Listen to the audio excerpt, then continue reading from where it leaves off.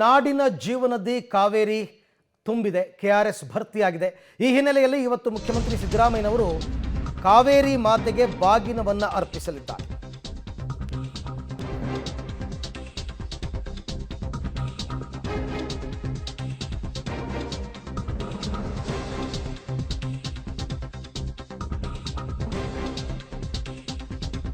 ಕಾವೇರಿ ಮಾತೆಗೆ ಬಾಗಿನ ಅರ್ಪಿಸಲಿದ್ದಾರೆ ಇವತ್ತು ಮುಖ್ಯಮಂತ್ರಿ ಸಿದ್ದರಾಮಯ್ಯನವರು.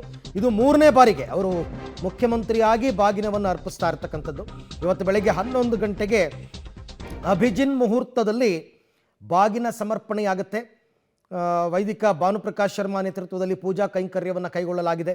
ಈಗಾಗಲೇ ಕೆಆರ್ಎಸ್ ಒಂಥರ ತಳಿರು ತೋರಣಗಳಿಂದ ಸಿಂಗಾರಗೊಂಡು ಮಧುವಣಗಿತ್ತಿಯಂತೆ ಕಂಗೊಳಿಸ್ತಾ ಇದೆ. ಸಹಜ ಅಲ್ವಾ? ಯಾಕೆಂದರೆ ಕೋಟ್ಯಾಂತರ ಜನರಿಗೆ ಜೀವನಾಡಿಯಾಗಿರ್ತಕ್ಕಂಥ ಕೆಆರ್ಎಸ್ ತುಂಬಿದೆ ಅಂತಂದರೆ ಪ್ರತಿಯೊಬ್ಬರೂ ಕೂಡ ಸಂತೋಷ ಪಡಬೇಕಾಗಿರ್ತಕ್ಕಂಥದ್ದು. ಸಾಮಾನ್ಯವಾಗಿ ಕೆಆರ್ಎಸ್ ಭರ್ತಿಯಾದ 3ನೇ ದಿನ ಅಥವಾ 5ನೇ ದಿನ ಈ ರೀತಿಯ ಸಾಂಪ್ರದಾಯಿಕವಾಗಿ ಬಾಗಿನ ಸಮರ್ಪಣೆ ಆಗುತ್ತೆ.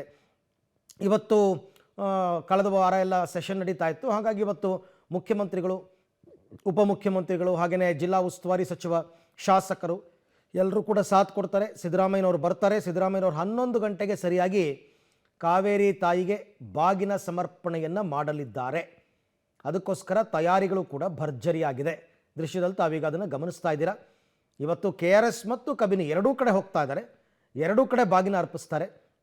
ಸಿದ್ದರಾಮಯ್ಯನವರು 2013ರಲ್ಲಿ ಮೊದಲ ಬಾರಿಗೆ ಮುಖ್ಯಮಂತ್ರಿ ಆದಾಗ ಆ ವರ್ಷ ಕೆಆರ್ಎಸ್ ತುಂಬಿತ್ತು, ಆಗ ಬಾಗಿನ ಅರ್ಪಿಸಿದರು. 2014ರಲ್ಲಿ ಮತ್ತೆ ಬಾಗಿನವನ್ನು ಅರ್ಪಿಸಿದರು. ಅದಾದ ನಂತರ 3 ವರ್ಷ ಕೆಆರ್ಎಸ್ ತುಂಬಲಿಲ್ಲ. ಅಷ್ಟೊತ್ತಿಗೆ ಸಿದ್ದರಾಮಯ್ಯನವರ ಅಧಿಕಾರಾವಧಿ ಮುಗೀತು. ಈಗ ಮತ್ತೆ ಮುಖ್ಯಮಂತ್ರಿಯಾಗಿ 3 ವರ್ಷ.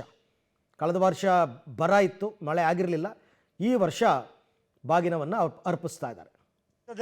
ಕಾವೇರಿ ತುಂಬಿ ಹರಿತಾ ಇದ್ದಾಳೆ. ಪ್ರತಿ ವರ್ಷದಂತೆ ಈ ವರ್ಷವೂ ಸಹ ಮಂಡ್ಯ ಜಿಲ್ಲೆಯ ಶ್ರೀರಂಗಪಟ್ಟಣದ ಕೃಷ್ಣರಾಜ ಸಾಗರದಲ್ಲಿ ಕಾವೇರಿಗೆ ಆ ಒಂದು ಬಾಗಿನವನ್ನು ಅರ್ಪಿಸುವಂತಹ ಕಾರ್ಯಕ್ರಮ ಇನ್ನೇನು ಕೆಲವೇ ನಿಮಿಷಗಳಲ್ಲಿ ಪ್ರಾರಂಭವಾಗ್ತಾ ಇದೆ.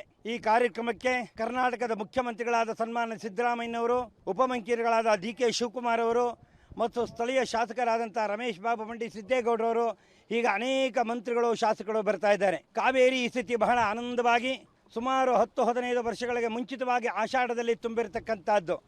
ಪ್ರತಿ ಸಲ ಶ್ರಾವಣ ಮಾಸದ ವರಮಹಾಲಕ್ಷ್ಮಿ ಆದಮೇಲೆ ನಾವು ಮಾಡ್ತಾ ಇದ್ವಿ. ಕಳೆದ ವರ್ಷವಂತೂ ನೀರು ಇರಲೇ ಇರಲಿಲ್ಲ. ಆವಾಗ ಅಕ್ಟೋಬರ್ ತಿಂಗಳ ನವರಾತ್ರಿ ಸಮಯದಲ್ಲಿ ಪೂಜೆ ಪ್ರಾರ್ಥನೆ ಮಾಡಿ ಆವಾಗ ಕಾವೇರಿ ಬಾಗಿನವನ್ನು ಅರ್ಪಿಸಿದ್ರು. ಆದರೆ ಈ ವರ್ಷ ತಾಯಿ ಜಗನ್ಮಾತೆ ನಮ್ಮನ್ನೆಲ್ಲ ಪ್ರಕೃತಿ ನಮಗೆ ವರವನ್ನು ಕೊಟ್ಟು ಕೃಷ್ಣರಾಜ ಸಾಗರವನ್ನು